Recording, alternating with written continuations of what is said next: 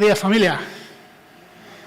El otro día un niño le dijo a su padre, pues ya sabéis que le estoy quitando audiencia a poco yo, salgo tanto en los cultos online que dijo un día a su padre, papá, Julio es un joven que se cuida poco o un viejo que se cuida mucho. Digo, buena paradoja. Ese niño sabe quién es, le estoy mirando ahora mismo. Bueno, el cristiano frente a un mundo polarizado. Mirad, no sé cómo valoráis vosotros el nivel de crispación política. Alto, muy alto, súper alto.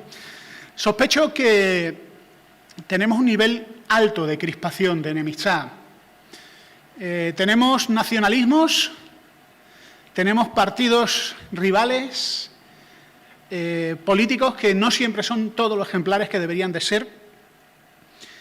Y si estudiamos un poco de historia, veremos que en España, en nuestro país, los problemas no son nuevos. Son problemas que ya vienen de tiempo atrás, son problemas sin solucionar. Antes de la Guerra Civil Española había un problema de violencia en las calles, un problema de desigualdad social salvaje, pero también un problema de radicalismo. Tanto un bando como otro bando tenían sus simpatías hacia el fascismo o hacia el totalitarismo de la Unión Soviética. Era difícil tomar partido, a no ser que te guiara el revanchismo, a no ser que te guiara la rabia o la indignación. Ambos lados tenían ideales nobles, y había idealistas en ambos lados de la confrontación. Unos querían sacar a España de la miseria, de la ignorancia, de la Edad Media. Otros querían defender los valores tradicionales. Pero ambos bandos, al final, se parecían bastante. El rector Unamuno, escritor, inicialmente criticó a uno de los bandos y apoyó a uno de los bandos, incluso económicamente. Y claro, se ganó la amistad de unos y la enemistad de otros. Pero conforme fue pasando el tiempo, se dio cuenta de los asesinatos y de las barbaridades que se estaban cometiendo. Así que rectificó.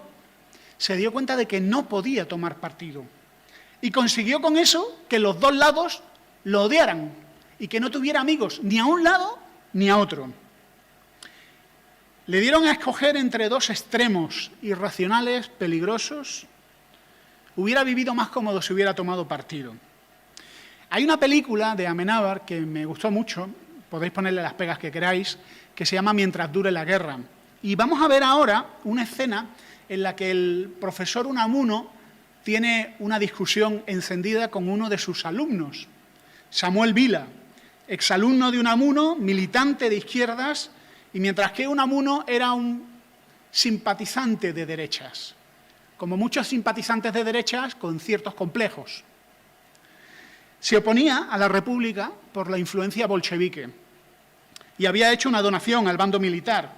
Esta escena se titula Las dos Españas y me parece una escena enternecedora porque, aunque discuten muy encendido, como los españoles solemos discutir, yo viví muchos años en México y los mexicanos decían, cuando los españoles discutís parece que os vais a matar. No es que solemos discutir así, es que somos así de apasionados. La escena se titula Las dos Españas y es un reflejo también un poco de nuestra sociedad, de la crispación, de nuestra afición a discutir más que a dialogar. Y este es el clip tomado de la película Mientras dure la guerra.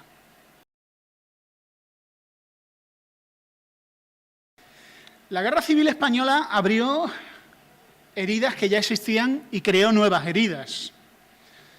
Y no todo el mundo era capaz de verlo. Cuando estás enfadado, no sé cuántos de vosotros sois enfadones. Cuando una vez que os ponéis en zona roja, es difícil razonar con alguien que ya ha arrancado. Y al final, Unamuno, a quien le acusaban de cambiar de opinión continuamente, al final Unamuno rectificó. Se dio cuenta de que no podía apoyar a uno de los dos bandos. Y así que, en un famoso discurso que dio en el Paraninfo de la Universidad de Salamanca, frente a falangistas, legionarios y militares que apoyaban a Franco, dio un discurso del que, Amenábar lo reconstruye, creo que bastante bien, y en este discurso da una clave, Unamuno. Ambos bandos son los lados de una misma moneda, son el mismo radicalismo. Y aunque en principio tomó partido, ahora se distancia de ambos y empieza a sufrir las consecuencias. Y esta es la segunda parte del clip y la última del clip que quería compartir con vosotros. El cristiano frente a la crispación política. Un mensaje de este tipo tiene un peligro, y lo voy a decir ya antes de que empiece. Es de que algunos de vosotros sintáis la tentación de leer entre líneas.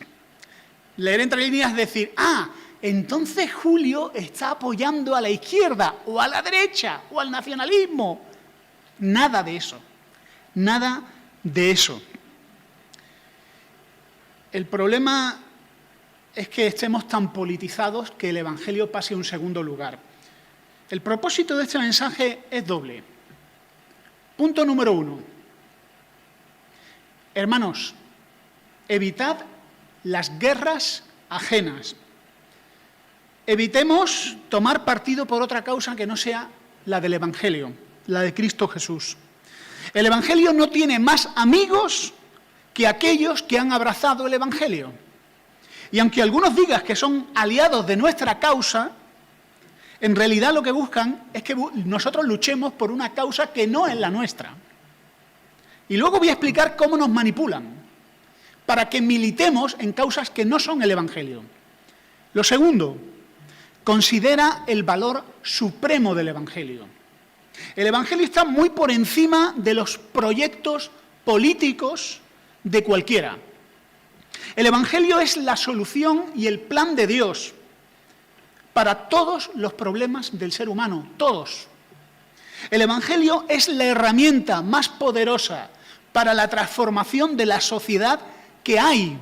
Y ningún invento humano podrá acercarse ni de lejos al poder del Evangelio de Jesucristo para cambiar y transformar nuestro mundo. El Evangelio es absoluto, hegemónico, superior, es eterno, es perfecto.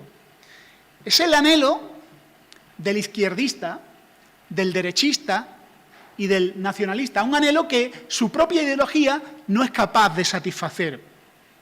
Y esta cita no es mía, es la cita de un sindicalista inglés que ya de mayor se convirtió a Jesucristo y comprendió el poder del Evangelio para transformar la sociedad, más allá incluso de la lucha sindical. Y tengo varios textos y los voy a leer todos y de todas formas os hemos compartido las notas para que estos textos volváis a leerlos en casa y a meditar en ellos. Y en los grupos de crecimiento volver a reflexionar. Nuestra sociedad, y no sé cuántos recordáis un devocional que compartí, se parece al mar embravecido. Y así lo describe Apocalipsis. Una sociedad sin Dios es un mar embravecido del cual solo salen bestias, es decir, gobiernos mundiales sin Dios. Apocalipsis 4:6, por el contrario, dice, delante del trono de Dios había como un mar de vidrio semejante al cristal y junto al trono y alrededor del trono 4 seres vivientes llenos de ojos delante y detrás. La nueva sociedad, el mundo de Dios, no es un mar embravecido, sino un mar de cristal en perfecta calma. Apocalipsis 13:1, me paré sobre la arena del mar y vi subir del mar una bestia que tenía 7 cabezas y 10 cuernos, y en sus cuernos 10 diademas, y sobre sus cabezas un nombre blasfemo. Apocalipsis 15:2, y vi también como un mar de vidrio mezclado con fuego, y a los que habían alcanzado la victoria sobre la bestia, y su imagen y su marca y el número de su nombre, en pie sobre el mar de vidrio con las arpas de Dios. Juan capítulo 18. Tenéis las notas, así que no os volváis locos buscándolas. Juan 18:37. Pilato le respondió, ¿soy yo acaso judío? Tu nación y los principales sacerdotes te han entregado a mí. ¿Qué has hecho? Respondió Jesús, mi reino no es de este mundo. Si mi reino fuera de este mundo, mis servidores pelearían para que yo no fuera entregado a los judíos, pero mi reino no es de aquí. Le dijo entonces Pilato, luego, ¿eres tú rey? Y respondió Jesús, tú dices que yo soy rey. Y yo para esto he nacido y para esto he venido al mundo, para dar testimonio a la verdad. Todo aquel que es de la verdad oye mi voz. Romanos 13:6. Pues por esto pagáis también los tributos, porque son servidores de Dios, que atienden continuamente a esto mismo. Pagad a todos los que debéis. Al que tributo, tributo. Al que impuesto, impuesto. Al que respeto, respeto. Al que honra, honra. No debáis a nadie nada, sino el amaros unos a otros. 1 Corintios 1:22. Los judíos piden señales, los griegos buscan sabiduría, pero nosotros predicamos a Cristo crucificado. Para los judíos, ciertamente, tropezadero. Para los gentiles, locura. Mas para los llamados, así judíos como griegos, Cristo, poder de Dios y sabiduría de Dios. Y bueno, tengo más textos que podéis seguir leyendo. Conforme nuestro país y el mundo se enfrentan a una crisis económica, van a aumentar los radicalismos. Va a aumentar la crispación. Y como siempre que ocurren radicalismos, los populismos ganan y la crispación crece. Y la Iglesia, los creyentes de Jesucristo y en Jesucristo, corremos el peligro de dejarnos arrastrar por guerras partidistas y por guerras nacionalistas. Y yo a veces veo a creyentes que están durante el culto alabando al Señor, escuchando su palabra, orando, pero cuando acaba el culto meten en un cajón todo lo que saben, cierran la llave y son otra persona. Dejan de pensar como creyentes y de sentir como creyentes. Dejan de creer como creyentes.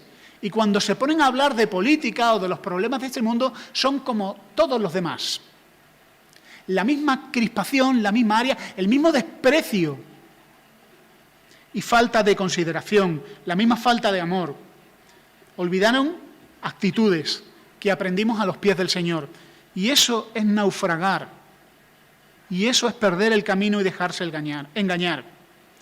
Nuestra meta en la Iglesia es ayudarnos a pensar bíblicamente, a juzgarlo todo a la luz de la palabra de Dios, a discernirlo todo con la sabiduría de Dios, no la de este mundo. Porque la palabra de Dios está conectada con cada aspecto de la vida. La palabra de Dios arroja luz y comprensión sobre los auténticos problemas del ser humano. Y mirad una cosa, cuando hay una guerra, como hemos visto en los clips de vídeos, los dos bandos buscan aliados. Bueno, vosotros cuando habéis tenido amigos que han discutido, ¿os acordáis cuando erais niños? Yo me acuerdo de muchas cosas cuando era niño. Y los niños que hay aquí seguro que se acuerdan de cuando eran niños, porque son niños. Dos amigos tuyos se peleaban y rápidamente buscaban aliados. ¿Tú con quién estás de acuerdo? ¿Con uno o con otro? Si tú decías ni con uno ni con otro, ¿sabes qué pasaba? Que tenías dos enemigos, porque los habías traicionado. Y en este mundo crispado también están buscando aliados. Y ser neutral es un peligro, porque vas a tener a todos los enemigos posibles. Al final, a uno que le ocurre, que aquellos que le apoyaban terminaron quitándole el cargo de rector. ¿Cómo van a conseguir manipularnos? O mejor dicho, ¿cómo nos están manipulando ahora mismo? A los creyentes. Nos están manipulando convenciéndonos de que la causa política y el Evangelio son lo mismo. Tenemos los mismos enemigos. Y esos enemigos pueden cambiar dependiendo del signo político o del signo ideológico de aquel que busca aliados. Esos enemigos pueden ser el capitalismo o la justicia social. El comunismo, George Soros, el Gran Reseteo, la Agenda de Davos, el Foro Económico Mundial, Santiago Abascal, Pablo Iglesias, los reptilianos, Donald Trump, Joe Biden. Bueno, tú súmale. Reducir el Evangelio a una causa política para ganar aliados, eso es manipularte. Otra forma de manipularnos es metiéndonos miedo. Y en YouTube, y sospecho que con la pandemia muchos habéis consumido más vídeos de YouTube que nunca, ¿sí o no? ¿Qué vais a ver? ¿La televisión con la publicidad? ¿YouTube? Metiéndonos miedo. Metiéndonos miedo. Y hay una serie de youtubers, de influencers, pastores, cristianos, periodistas, cuyo producto es el miedo. Miedo, que viene el gran reseteo. Por cierto, gran artículo de Joel Foster en Protestante Digital sobre el gran reseteo y las últimas conspiraciones de moda. Que viene una crisis, que el político este viene y cuando este político te va a quitar a tus niños. Yo no digo nada, yo lo que digo es, ¿y si viene qué? ¿Qué? La Iglesia se ha enfrentado a enemigos peores, metiéndonos y aterrorizándonos, enganchándonos a vídeos que solo venden desastre, desazón y que te quitan la paz. Te quitan la paz, porque solo es terror, terror.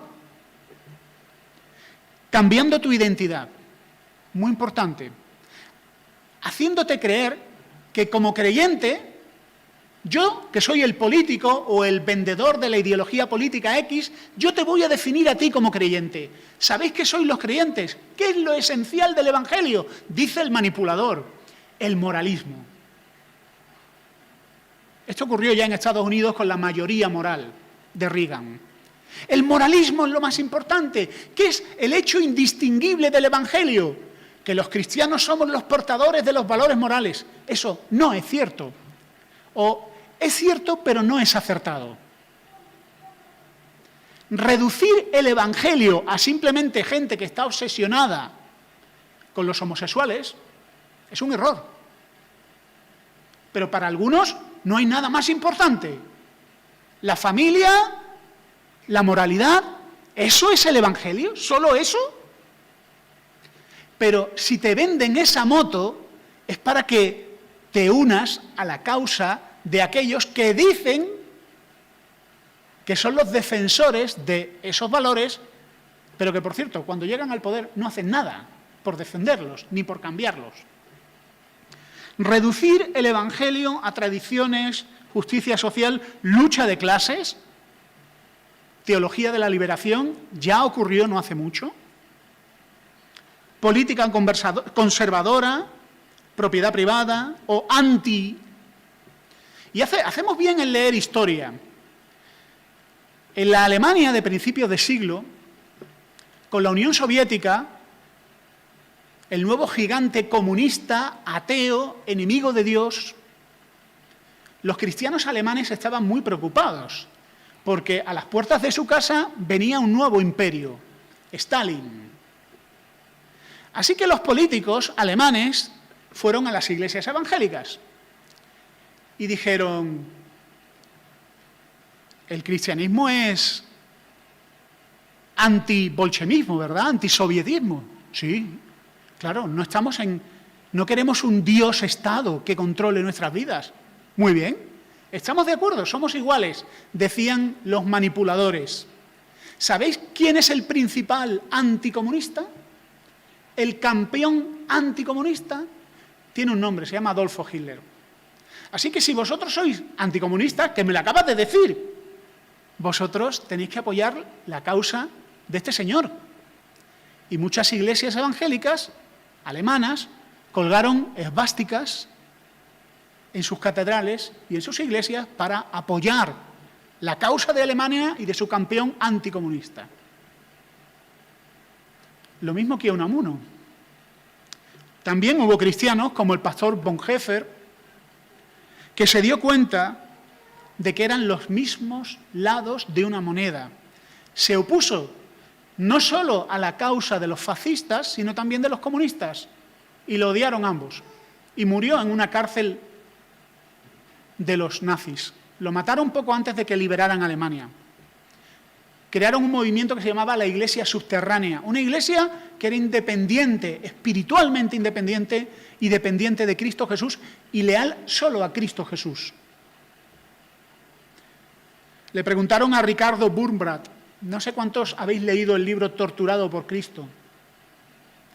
Un libro desagradable. Un pastor que sufrió las cárceles y las torturas innombrables de los comunistas.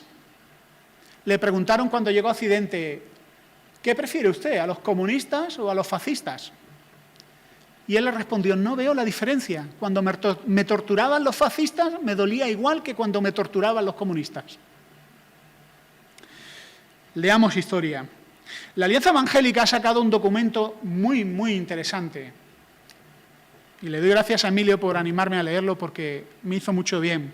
Es un documento sobre identidades nacionales. Y hay 2 puntos, no lo voy a resumir entero, pero hay 2 puntos que me parecen muy buenos. Punto número 1. Reclamamos que no se juzgue la espiritualidad de ningún creyente por las posiciones políticas que tenga. Esto me parece brillante. Reclamamos que no se juzgue la espiritualidad de un creyente en base a sus posiciones políticas. No creo que todo el mundo esto lo tenga tan claro, ¿eh? Número 2.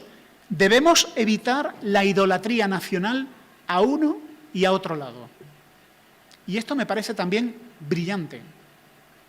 Es decir, imagínate que un día estás escuchando a un hermano o a una hermana, lo estás escuchando enseñar, lo admiras, mira, o cantar, o ministrarte de alguna manera. Es un hermano fiel, ama al Señor, su vida me enriquece, y de pronto te enteras de que ese hermano es, ponle la etiqueta política que quieras, y de pronto tú sientes desprecio por ese hermano. Es un... Y en ese momento, ¿sabéis qué ha pasado? Que el Evangelio ha pasado a un segundo plano y ha importado más la política que el Evangelio. ¿Podría pasar esto entre nosotros? Mucho me temo que sí. Reclamamos que no se juzgue la espiritualidad de ningún creyente por las posiciones políticas que tenga.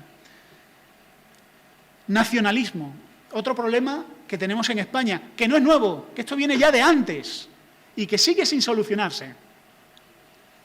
Debemos evitar la idolatría nacional a uno y a otro lado.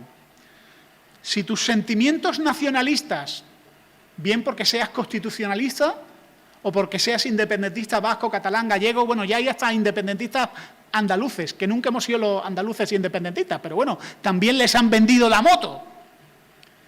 Si tus sentimientos nacionalistas son tan fuertes que para ti es algo esencial, como creyente, quizás debas de volver a leer la Biblia. Porque las naciones, como dice el documento de la Alianza Evangélica, acertadísimo, las naciones aparecen y desaparecen. Y al final, las naciones serán sometidas a un reino que es un reino eterno, que es el reino de Jesucristo. Pero muy importante, punto número 2.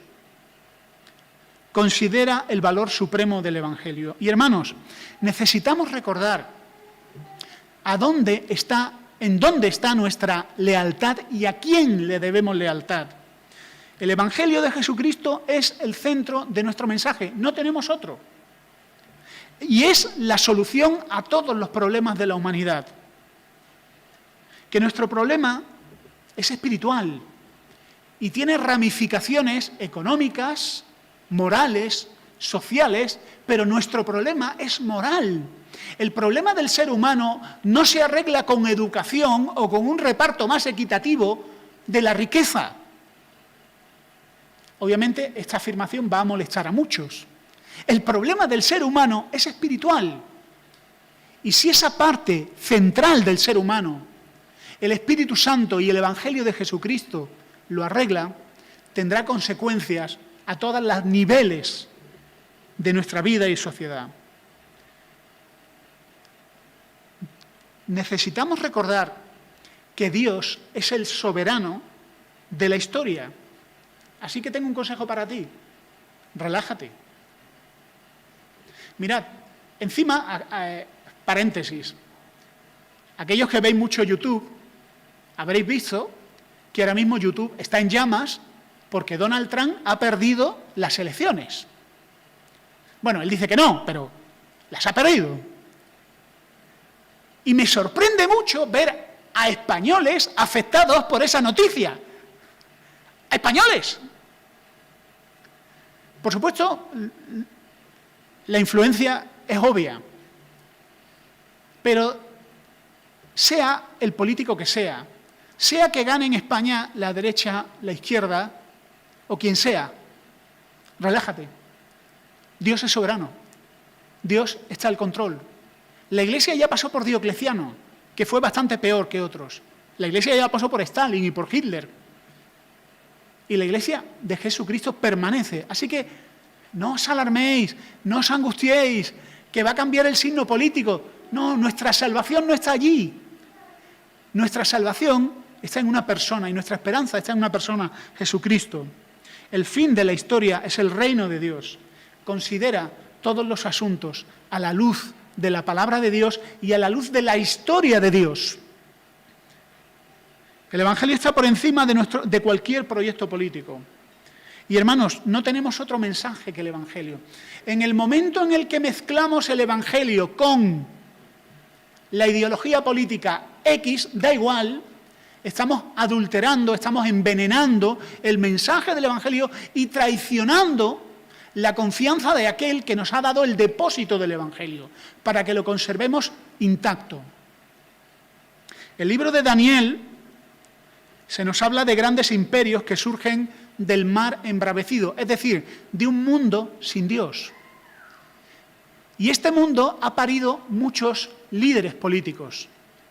Pero recordad, es un mundo sin Dios, el que ha parido a los persas, a los medos, ha parido a Babilonia, ha parido a la Alemania nazi y a la Unión Soviética de Stalin, y a los Jemeres Rojos, y a todas las dictaduras de izquierdas y derechas, y a Pinochet. Pero nuestra esperanza no sale de ahí, porque todos los regímenes han peleado contra la descendencia de la mujer, y estoy citando Apocalipsis, contra Jesucristo. Y nuestra esperanza no está allí, nuestra esperanza está en los cielos. El plan de Dios contra la crispación, la enemistad y todas las injusticias se forjó en la eternidad pasada. Ese plan es Jesucristo, el Hijo de Dios. Jesús no solo trae perdón con Dios, perdón de nuestras culpas, sino perdón de la idolatría que el corazón humano todavía alberga. Una idolatría que nos lleva a pensar en nuestros líderes como nuevos mesías que nos van a salvar de los peligros. Pero no es así. Los reinos caen y se levantan. El capítulo 4 de Malaquías, antes de 400 años de silencio profético, dice así: antes de que venga el día del Señor, un día terrible, Dios levantará un nuevo Elías. Ese nuevo Elías, que es Jesús, hará volver el corazón de los padres hacia los hijos. Traerá verdadera reconciliación. En nuestro país, que es un país de enemistades, que es un país de rencillas y de odios y de viejas contiendas y amarguras, como cualquier reunión de vecinos os podrá decir, la única reconciliación posible pasa por la reconciliación entre el cielo y nosotros. Una reconciliación que ha sido hecha posible por aquel que fue suspendido entre el cielo y la tierra, Jesucristo, crucificado para recibir el castigo por nuestros pecados, resucitado para darnos poder para vivir una vida de resurrección. En Navidad cantamos que Jesús es la luz del mundo, luz para judíos y gentiles. Y en este mundo enfrentado es el mensaje de Jesucristo el que trae salvación. Y hermanos, nuestro llamado es un llamado a guardar este mensaje impoluto. Es un llamado a creer y hacer nuestro este mensaje y también a compartirlo. Y que el Señor nos guarde fieles en esto, ahora y siempre. En el nombre de Jesús. Amén.